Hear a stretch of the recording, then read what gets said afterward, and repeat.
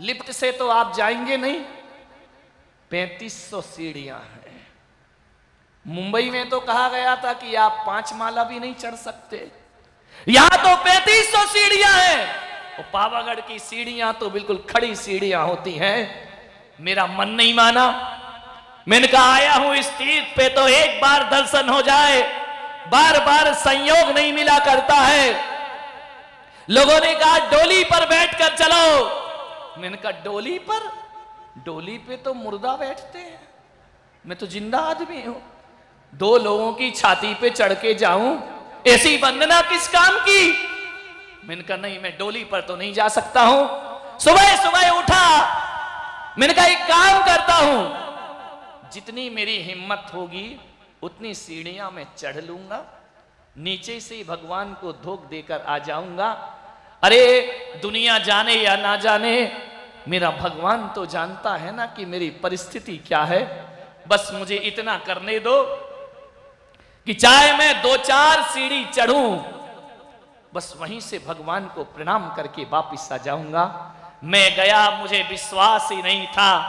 मैंने कहा बस एक लगन और भावना है, भगवान के दर्शन हो जाएं।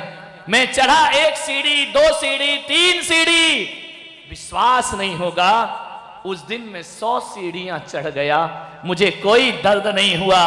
फिर मेरे मन में आया अभी तो 3400 सीढ़ी चढ़ना है, अभी तो 100 ही चढ़ी हैं, कैसे जाऊंगा इतने ऊंचे पहाड़ पर। बस मैं बैठने लगा, मेरे पैरों में दर्द हुआ। मैंने कहा भगवान बस यहीं से प्रणाम। 100 सीढ़ी चढ़ ली। मेरे साथ चलने वाले लोगों ने कहा महाराज 8 और चढ़ लो तो पूरी 108 हो जाएगी।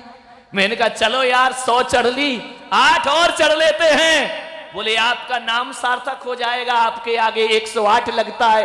गणित लगाने वाले लोग भी तो 1 से 1 है ना। बोले पूरा 108 कर लीजिए।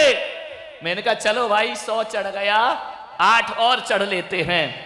8वीं सीढ़ी पे चढ़ने के बाद मैंने क्या देखा, एक 5 साल की बच्ची वो मेरे आगे आगे चल रही, मैं उससे अनजान, वो मुझसे अनजान, मुट्ठी में चावल लिए हुए मेरे से कह रही आओ महाराज। मैंने कही 5 साल की बच्ची छोटी सी मुझसे कह रही आओ। मैंने कहा बेटा अब नहीं चढ़ा जाएगा मुझसे। अरे बोले पास में ही है।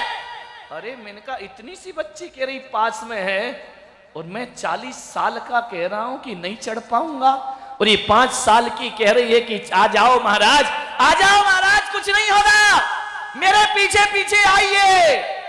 5 साल की बच्ची चावल लिए दौड़ दौड़ के चढ़ रही है सीढ़ियां। मैंने कहा पुलक सागर कुछ तो शर्म कर अपने जीवन में, ये 5 साल की चढ़ रही तू 40 साल का मना कर रहा है। बच्ची ने कहा महाराज लौटना मत, आ जाओ मेरे पीछे आ जाओ। मैंने कहा चलो आज इस बच्ची के पीछे पीछे चला करते हैं। फिर चढ़ा सीढ़ी, चढ़ा सीढ़ी, चढ़ा। बच्चे के माँ बाप कह रहे महाराज उसकी बातों में मत आओ, वो नादान है।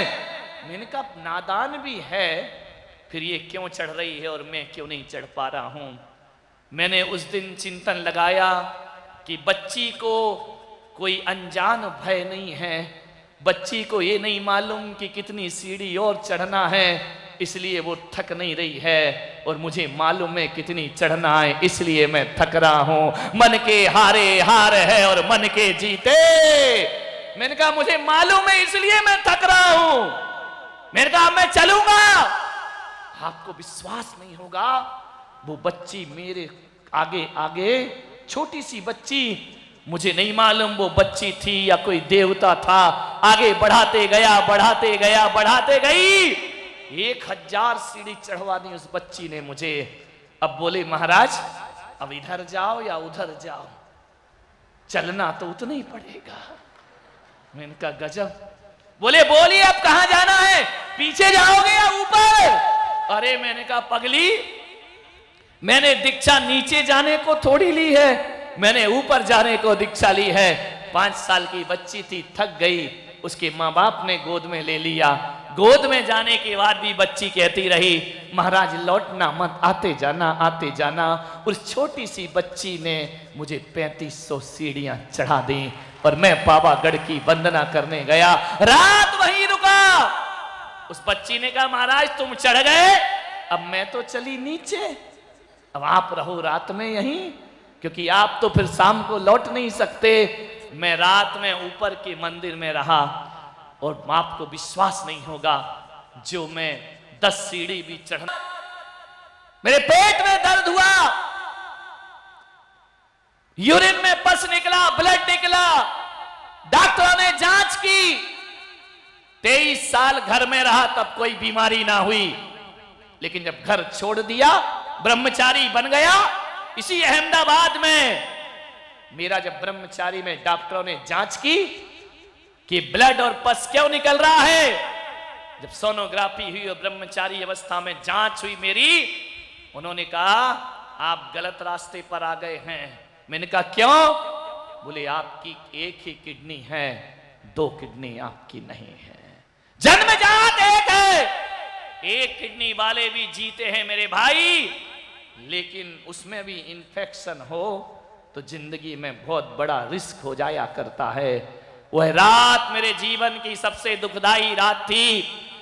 लोगों ने कहा घर वापस लौट जाओ, मैंने कहा घर तो लौट नहीं सकता, क्या फर्क पड़ता है भाई, 70 साल में मरो या 7 साल में मरो, मरना तो है ही एक दिन, दुनिया से जाना है, रास्ते नहीं बदलना, एक संकल्प एक हौसला लेकर जिया। मान्यवर आचार्य विद्यासागर जी ने मुझे दीक्षा नहीं दी, उन्होंने कहा तुम्हारी एक किडनी है, तुम संन्यास नहीं ले सकते। आचार्य पुष्पदंत सागर जी के चरणों में आया, मैंने दीक्षा ले ली, लेकिन उनको बताया नहीं।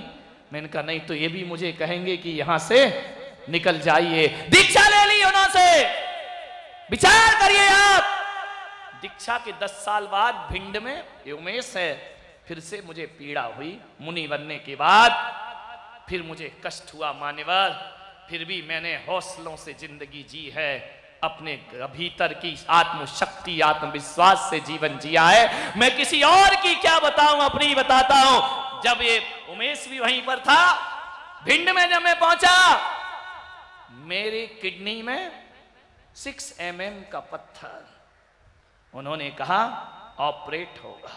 उस समय इतनी टेक्नोलॉजी नहीं थी।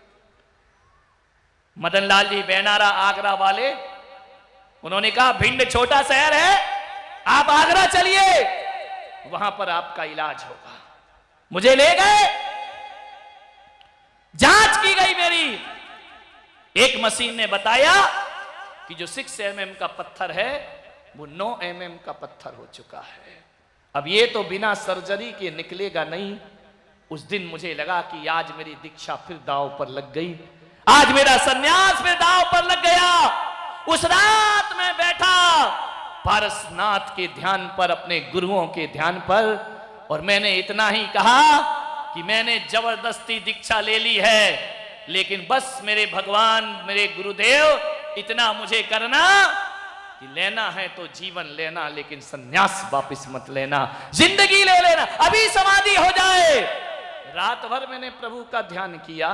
सवेरे मुझे ठंड की रात, जनवरी की रात, मुझे ले गए एक जगह जैन क्लिनिक में।